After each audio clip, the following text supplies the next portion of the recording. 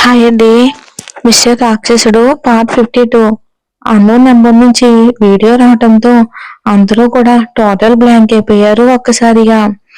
విరాజ్ అలా సడన్ గా వెళ్ళిపోవడంతో గీత విరాజ్ వదిలిన చేతిని చూసుకుంటూ అలా ఉండగానే సిద్ధార్థ్ గారి దగ్గరికి వెళ్ళమని చెప్పిన విరాజ్ మాట గుర్తుకు వచ్చి అలా ఎందుకు విరాజ్ వెళ్ళమని చెప్పాడో తెలియకపోయినా ఇక విరాజ్ కూడా చెప్పాడు కాబట్టి ఇంకేం ఆలోచించకుండా సిద్ధార్థ్ గారి దగ్గరికి వెళ్ళి మేఘన ఆకాశాలతో ఆడించే ఆటలు చూస్తూ వాళ్ళని ఎంకరేజ్ చేస్తూ తనదే నల్లరితో సందడి చేస్తూ ఉంది. సిద్ధార్థ గారు సడన్ గా అర్జున్ దగ్గర నుంచి ఫోన్ రావడంతో సిద్ధార్థ గారికి గీతకి ఉన్న ప్రమాదం గురించి తెలియదు కాబట్టి గీత అందరితో ఆనందంగా ఉండడం చూసి తనని వదిలి ఎవరికి చెప్పకుండా వెళ్ళిపోయారు ఆయన. ఆ క్షణం గీత తను ఏం చేయాలని తెలియకపోయినా తన బంగారు ప్రమాదంలో ఉంది అని తెలిస్తే ఖచ్చితంగా గీతను వదిలి వెళ్లేవారే కాదు ఆయన. సిద్ధార్థ గారికి ధనుంజయ ఆస్తులన్నీ కోల్పోయి అరెస్ట్ అయ్యి తప్పించుకోవటం తెలుసు కానీ అదంతా చేసింది తన మేనల్లుడని తనకి తెలియదు. ఇక తెలిస్తే విరాజ్ బలహీనత బలం గీత కాబట్టి ధనుంజయ్ గీతని చేరకుండా ఖచ్చితంగా ఒక ఇనుప కంచెలా మారేవారు ఆయన. కానీ విరాజు సిద్ధార్థ గారికి ధనుంజయ్ గురించి కానీ గీతకు ఉన్న ప్రమాదం గురించి కానీ ఏమీ చెప్పలేదు విరాజు. అందువల్లే ఆయన గీత గురించి ఏమీ ఆలోచించకుండా హాస్పిటల్కి వెళ్ళిపోయారు. అల్లరిగా అరుస్తూ మాట్లాడుతూ ఆనందంగా ఉన్న గీతకి సిద్ధార్థ గారు వెళ్ళిపోవటం కనిపించి ఈయన ఈ టైంలో ఎక్కడికి వెళ్తున్నారు అని గీత కంగారుగా బయటికి వచ్చింది. ధనుంజయ్కి విరాజ్ గీత కోసం ఆశ్రమం దగ్గర కనిపించడంతో ధనుంజయ్ తనకి అంతకు ముందు గీత పోలికలు చూసి అనుమానం వచ్చి ఎంక్వైరీ చేసినప్పుడే అప్పుడు ఉన్న ఇన్ఫర్మేషన్ బయటికి తీసి చూడగానే గీత జాయిన్ అయిన డేటు సిద్ధార్థ గారికి ఏంజిల్ పుట్టిన డేటు ఒకటే అవడంతో విరాజ్ ఆశ్రమం దగ్గర ఉన్న తన స్టాఫ్ ని ఉంచడం మొత్తం కలిపి ఇదంతా చూస్తే ధనుంజయ్కి ఒకటి అర్థమయ్యింది. అది గీత సిద్ధార్థ గారి కూతురని. ఆయన ఆ షాక్ లో ఉండగానే గీత ఇన్ఫర్మేషన్ అంతా కలెక్ట్ చేసి ఒక కవర్ లో ఉంచి గీత ఫోటో జారి ఒక టేబుల్ మీద పడింది. ధనుంజయ్ ఇంతవరకు ఆ ఫోటోని చూడలేదు. ఎందుకంటే గీత మామూలుగా ఆశ్రమంలో దొరికింది అన్న పద్మ గారి మాటల వల్ల. ఇప్పుడు ఆ ఫోటో చూడగానే ఆ ఫోటోలో గీత చేతి మీద ఉన్న పుట్టుమచ్చ అచ్చం గాయత్రి గారు కూడా ఎలా ఉంటుందో అలానే ఉండడంతో ధనుంజయ్ ఆనందంగా సిద్ధార్థ్ గారి మీద విరాజ్ మీద పగ తీర్చుకోవడానికి దారి దొరకడం తన ప్లాన్ ను కూడా ఇంప్లిమెంట్ చేశాడు. ధనుంజయ్ గీత చుట్టూ తన మనుషుల్ని పెట్టి విరాజ్ పెట్టిన స్టాఫ్ గురించి తెలుసుకుని విరాజ్ గీత దగ్గరలో ఉండగా ఏమీ చేయలేమని అనుకుని తెలివిగా ఆకాష్ పెళ్లి రోజే పిఏ దొరికిపోయేలా చేశాడు. విరాజ్ ని డైవర్ట్ చేయటం అంత తేలికైన పని కాదు అని ధనుంజయ్కి తెలిసిన విషయమే. కానీ విరాజ్ గీత కోసం తనని చేరి ఏ దారి వదిలిపెట్టడు అని ధైర్యంగా ముందడుగు వేసి విరాజ్ మైండ్ ని డైవర్ట్ చేశాడు ధనుంజయ్. సిద్ధార్థ గారిని కూడా ఏదో విధంగా డైవర్ట్ చేయాలని చూస్తూ ఉన్న టైంలో సిద్ధార్థ గారే బయటకు వెళ్లటంతో ఇక కలిసి వచ్చినట్టు అయ్యింది ధనుంజయ్కి. విరాజ్ వెళ్ళగానే ధనుంజయ్ మనుషులు ఎవ్వరికి అనుమానం రాకుండా సీసీ క్యామ్స్ అన్ని ఆఫ్ చేసి గీత సెక్యూరిటీకి స్టాఫ్ తో వాళ్ళు పంపించే జ్యూస్ లో టాబ్లెట్లు కల్పించాడు. వాళ్ళు స్పృహలో లేకుండా పడిపోగానే వాళ్ళని వాళ్ళ వ్యాన్ లోని బ్యాక్ సైడ్ నుంచి తీసుకెళ్లిపోయారు. విరాజ్ కెట్ వైపు నుంచి కూడా సెక్యూరిటీ సపోర్ట్ కూడా ఉండకూడదు అని ధనుంజయ్ అలా ప్లాన్ చేశాడు. సిద్ధార్థ గారు వెనుకే బయటకు వచ్చిన గీతకి పార్కింగ్ దగ్గరకు వచ్చేసరికి ఆయన కారులో వెళ్ళడం చూసి వెనక్కి వచ్చేంతలోపే గీతని తీసుకురావడానికి ట్రై చేస్తూ చీకటిగా ఉన్న వైపుకు తీసుకొచ్చారు. గీత మొదట ఆశ్చర్యపోయినా తర్వాత తనకు తను కాపాడుకోవటానికి వాళ్ళకి తనకు వచ్చిన టెక్నిక్ తో ఎదుర్కొంటూ ఉంటుంది గీత వాళ్ళని.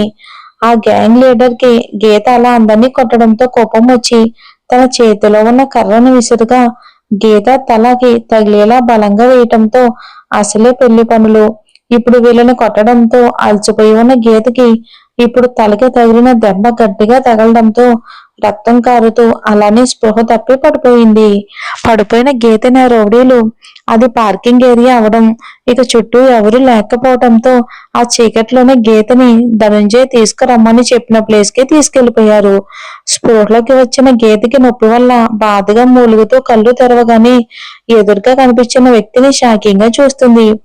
ఎదురుగా వంకరగా నవ్వుతున్న వ్యక్తి కనిపించడంతో షాకింగ్ గా రాహుల్ అని అంటుంది.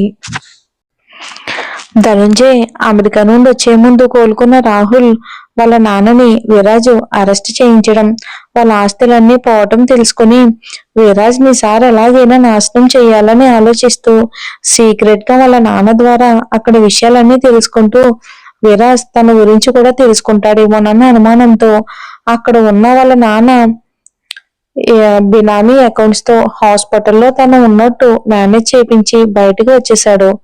ఇక్కడ ధనుంజయ్ పిఏని ఎర్రగా వేసి విరాజ్ దగ్గర నుంచి గీతని తీసుకొచ్చాడు. అది ప్లాన్. పక్క పక్కనే నిలబడ్డ ధనుంజయ్, రాహుల్ వాళ్ళిద్దరూ ఒకరినొకరు చూసుకుని గీతని చూసి వెటకారంగా నవ్వి, నేను ఇంకా నీ జీవితంలో లేను అనుకున్నావా, లేదా ఆ విరాజ్ గడిని ఎదుర్కోలేను అనుకున్నావా అని గీత బొగ్గల్ని గట్టిగా పట్టుకుని ఒత్తుతూ, గీత వాడి స్పర్శకి గట్టిగా పట్టుకోవడం వలన కలిగే నొప్పికి వదిలించుకోవాలి అని చూస్తున్నా వదలకుండా ఇంకా గట్టిగా ఒత్తుతూ, ఇప్పుడు నువ్వు ఆ విరాజ్ గడి చేసిన పనికి నరకం అనుభవించబోతున్నావు అని గీతని చూస్తూ, హా, నీకు నేను ఇంకో ఆఫర్ కూడా ఇస్తున్నాను.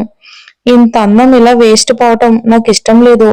నువ్వు నన్ను పెళ్లి చేసుకుంటాను అంటే ఇప్పటికిప్పుడే మన పెళ్లి అంటాడు రాహుల్.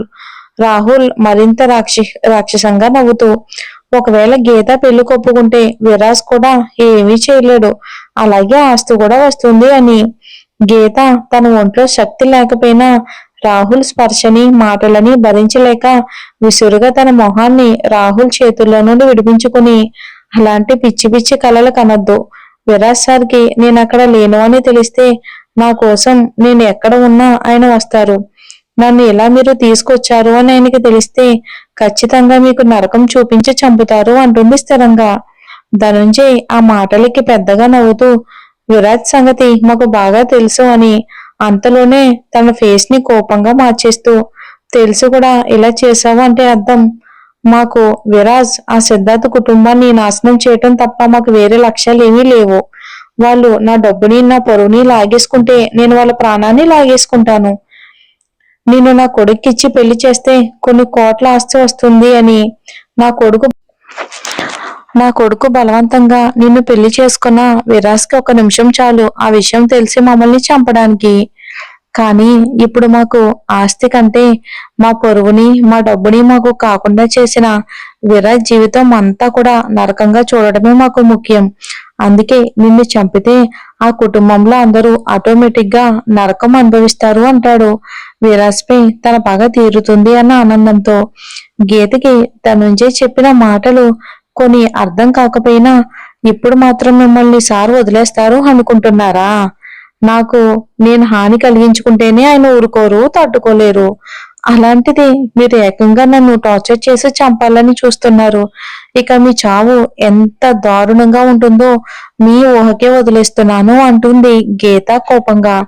ఖచ్చితంగా రాహుల్ కి ఒక్కసారి గీత విషయంలో విరాజ్ కొట్టింది గుర్తుకు వచ్చి తెలియకుండానే రాహుల్ మళ్ళీ ఒక్కడుగు వెనక్కి వేస్తాడు. గీత అది చూసి నవ్వుతూ, ఏంటి విరాజ్ సారు రావణ్లా మారి మిమ్మల్ని కొట్టడం గుర్తొచ్చిందా అంటుంది నవ్వుతూ.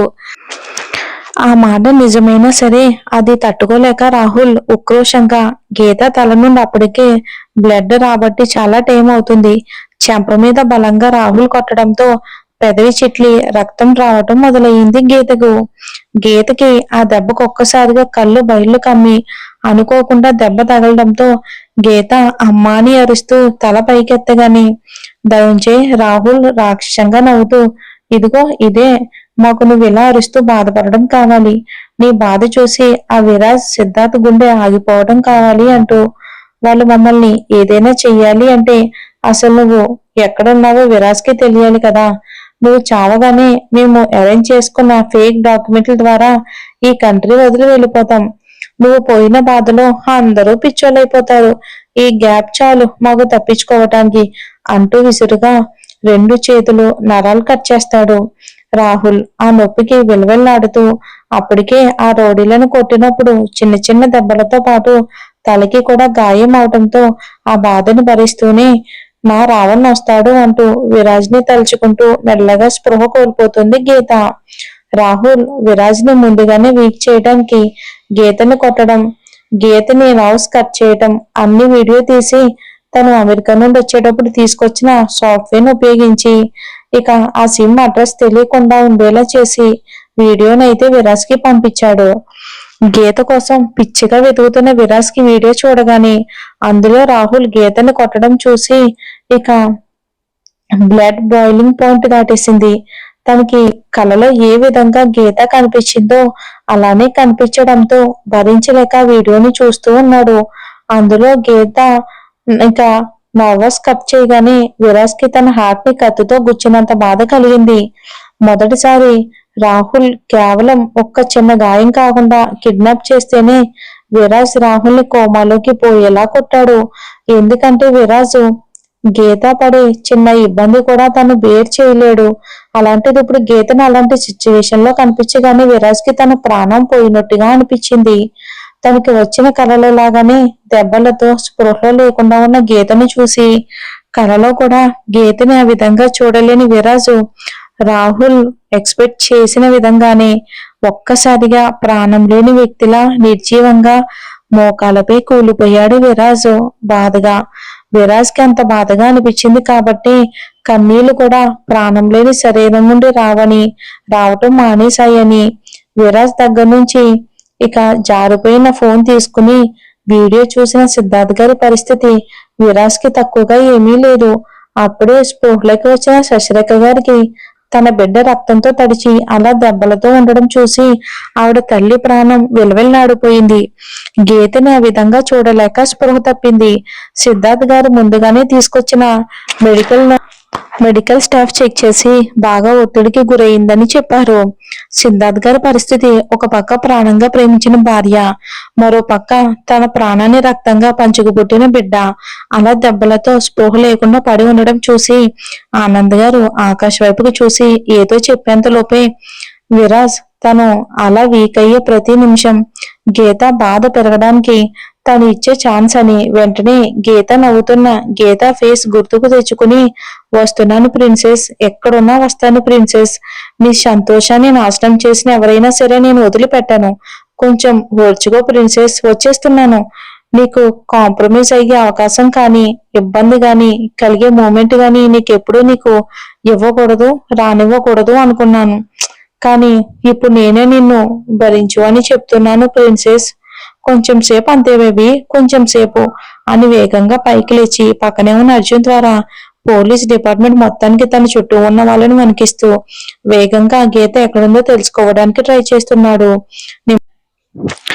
నిమిషం గడిచే కొద్దీ గీతకి ప్రమాదంగా మారుతుంది అని తెలిసిన విరాజ్ ఆ బాధని బలవంతంగా అనుభవిస్తూనే ఆ బాధని తట్టుకోవటానికి తన శక్తి సరిపోకపోయినా స్పృహ లేకుండా పడున్న గీత కోసం తన శక్తి అంతా కూడా తీసుకుని గడిచి ఒక్కొక్క నిమిషాన్ని ఒక్కో యుగంగా గడుపుతూ ఆ కొద్ది క్షణాల్లో కూడా నరకాన్ని చూస్తూ వేగంగా సాఫ్ట్వేర్ ని యూజ్ చేస్తూ ఒక్క సెకండ్ కూడా వేస్ట్ చేయకుండా గీతని తీసుకెళ్లిన వెహికల్ గురించి తెలుసుకుంటూనే మరో పక్క ఆ అన్నౌన్ కాల్ గురించి తెలుసుకుంటూ సిచ్యువేషన్ ని తెలివిగా హ్యాండిల్ చేస్తున్నాడు.